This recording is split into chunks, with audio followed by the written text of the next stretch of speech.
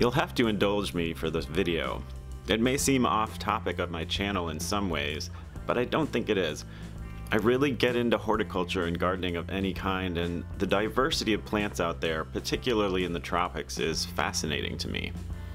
It may seem like ornamental plants are a waste of time and resources, but most plants are in fact useful in some way. My favorite yards are the ones that combine productive plants and ornamental plants. A mango not only produces bushels of delicious tropical fruit, it's a gorgeous shade tree at any time of the season. Last year I found one of these Kpop trees while I was riding out to the beach on the bike path, and I didn't really know what it was then, and I just thought it had these beautiful big red flowers on it. Since found out that it is a Kpop tree. It's really interesting to me to see this one's got all these leaves still on the lower part of the tree, but the upper branches just have flowers on them. So I'm assuming it lost its leaves at the top. I don't know what the fruit looks like or if they even fruit. Most of the flowers just seem to have fallen on the ground now.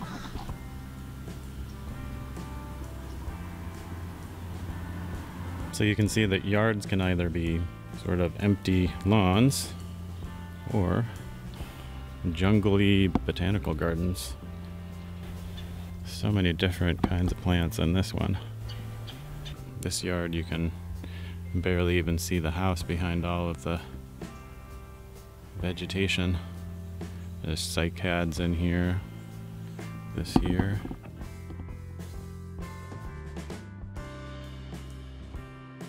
I think this one here is the kuntai. It has these clumps of fruit that turn red, and then sort of little parts of them, I think the seeds fall off. One thing about these subtropical regions is there's just so much of a diversity of ornamental and useful plants that you can plant. So I can just walk around this neighborhood and see like hundreds of different examples of plants. Many of them just gorgeous, beautiful plants.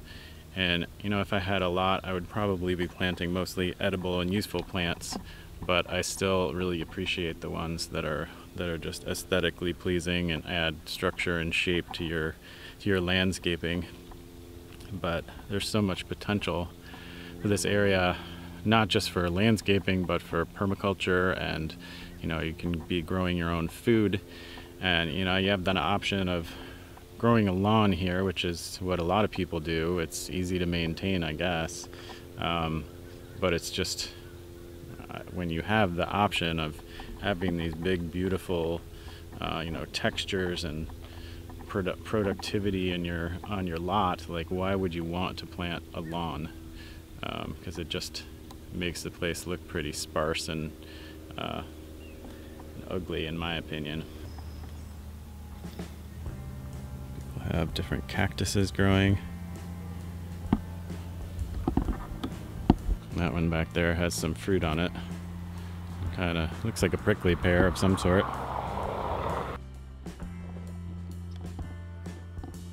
And this right here is a mango.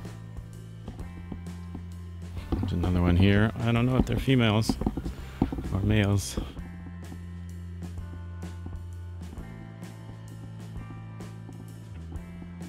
And that up there, I recognize, I don't know if it's exactly the same kind of tree as I saw in Nicaragua called Malinche, but it looks a lot like it. It's got these pods that you can use as instruments, shake them, and they're full of seeds.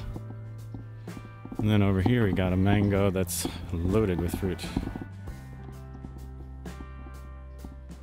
Wow, that's a lot of mangoes.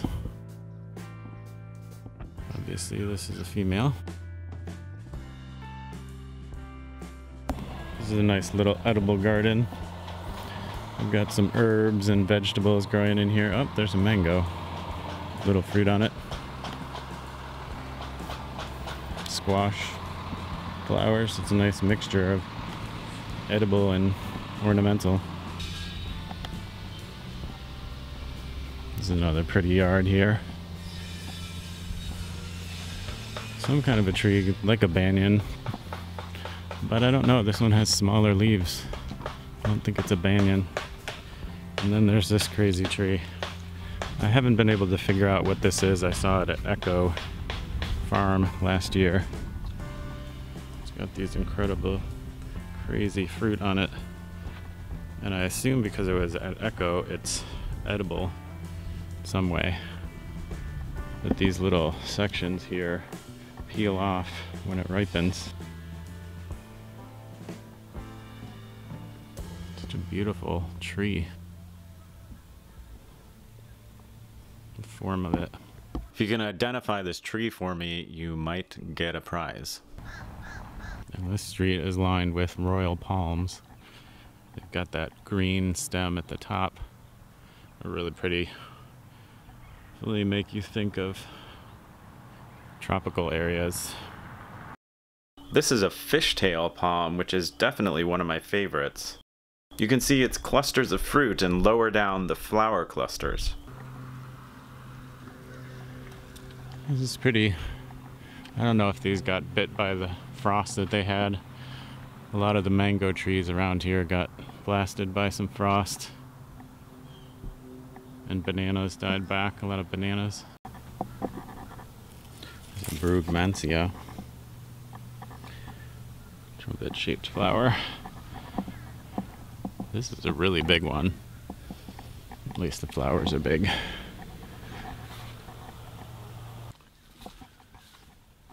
These ones behind me are just your typical cabbage palm. You see these things coming up like weeds everywhere. They take hold pretty quickly and they're all over Florida. Passion flower vine. These are really pretty.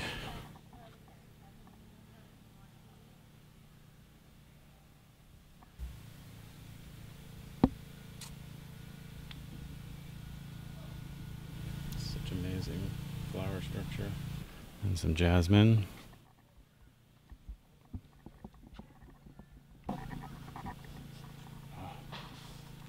So good. These plants are called Frangipani and they have a beautiful smelling flower.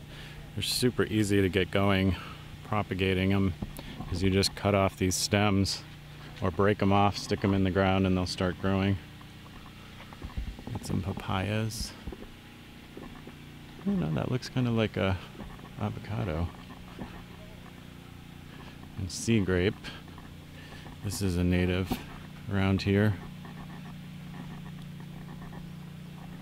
And this is a bougainvillea here. It's a very small one. Usually they kind of take everything over. So you can see this tree here has some really big fruit on it. And I have no idea what it is. I'd like to figure it out. It looks kind of like one that I saw in Nicaragua, only that the fruit grew on trees that didn't have any leaves at this time of year during the dry season. These red flowers are hibiscus. It's pretty ubiquitous around here. Common. Wow, this is just a beautiful shrub. This looks like it actually might be another bougainvillea, but just kind of a pinkish variety. I've been dragging my kayak by this tree, you know, every few days when I go out to check my crab traps. It's a big old banyan tree. You can see how they drop these roots everywhere, and then the roots turn into new stems that hold up the really, really long branches hanging out so far. Otherwise they'd probably break off. But they just keep growing like this and they can take over huge areas. It's a beautiful tree though. It looks like that branch sent down a root and it hit the other branch and started growing into it. Just like this crazy fluid branching that happens where those roots can just like grow into a stem and just form this solid structure, locking everything together. So behind me is the beach that I launched the kayak from and go fishing at. It's a few blocks down the road from where I'm staying at International House. But this here is Old Southeast Community Garden, there's just this little plot, like one lot, that's community gardens right here. I don't know how long this has been around, but this is one of those where you can lease a bed.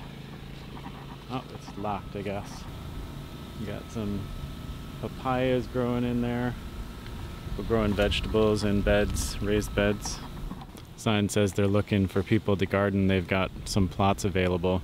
So I was talking to one of the guys who's involved in a lot of these community gardens, and they seem to have trouble filling them up. Like, none of them really operate the way this one does, where they rent plots of land in the garden to grow stuff. That's the way it was in Madison when I was there, and they had a long waiting list of people trying to get access to community garden plots. But here, for some reason, there just isn't the demand. So a lot of them are run by individuals who have just have an interest, and they have volunteer work parties, and so people just from the community come on these work days to help out in maintaining the gardens. But there's some kind of a garden manager who oversees the maintenance of the garden. And so when they have these community work days, the people that come and help out get to take some of the produce home with them, and that's the exchange, and that's the way it works here. So it's a little different model for community gardens here, but still works. I've been kind of surprised to see spiderwort here. Apparently it's native. It's also native to our prairies in Missouri. So I guess it gets around the country. And this over here is one of these, I think it's one of these plants that has like all these little babies, something mother of millions or something like that. Anyways, these break off and they form new plants, but I've never seen it flower like this. But I did learn something, that these put out a lot of nectar, and so if you just scoop your hand underneath there, you can taste the nectar. It's really sweet.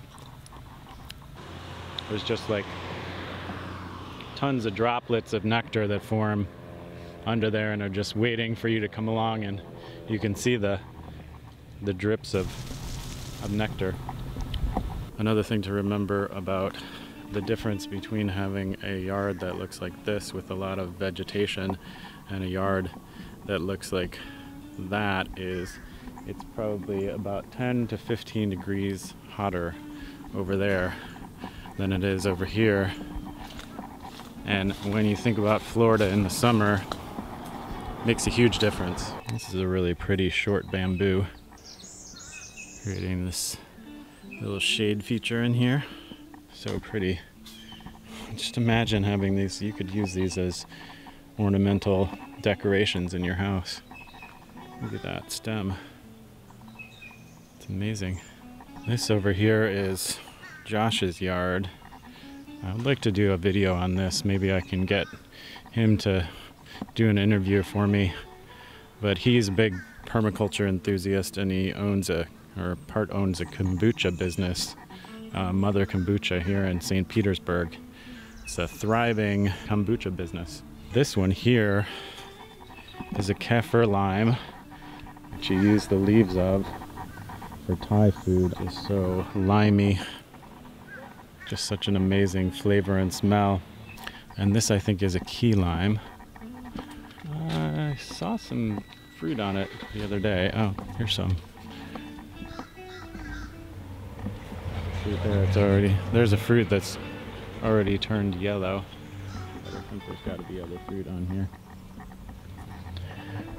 He's got some vegetables growing in here. This is a carambola tree up here. And he's been picking these things off the ground for a long time, ever since it started fruiting. Let's pick this one up and give it a try. Oh, this one's a little overripe. These things smell so good. I find when they're overripe, they can have spots on them that are fermented. Oh, it tastes a little funky. They're so delicious and juicy though. Yeah, it's got a little bit of fermentation going on. I don't really remember what this sort of grayish green palm is. I want to say Bermuda Palm, but they're really ornamental, beautiful. And then you've got your standard, well actually this I think is a Cabbage Palm. It looks kind of skinny for a Cabbage Palm. You know, I never get bored of this stuff, and one of my favorite things to do on a weekend in St. Pete is explore the landscaping in some new neighborhood I've never been to. Well, like the video if you liked it, and share it with your friends, and subscribe if you haven't done that yet. And I'll see you next time.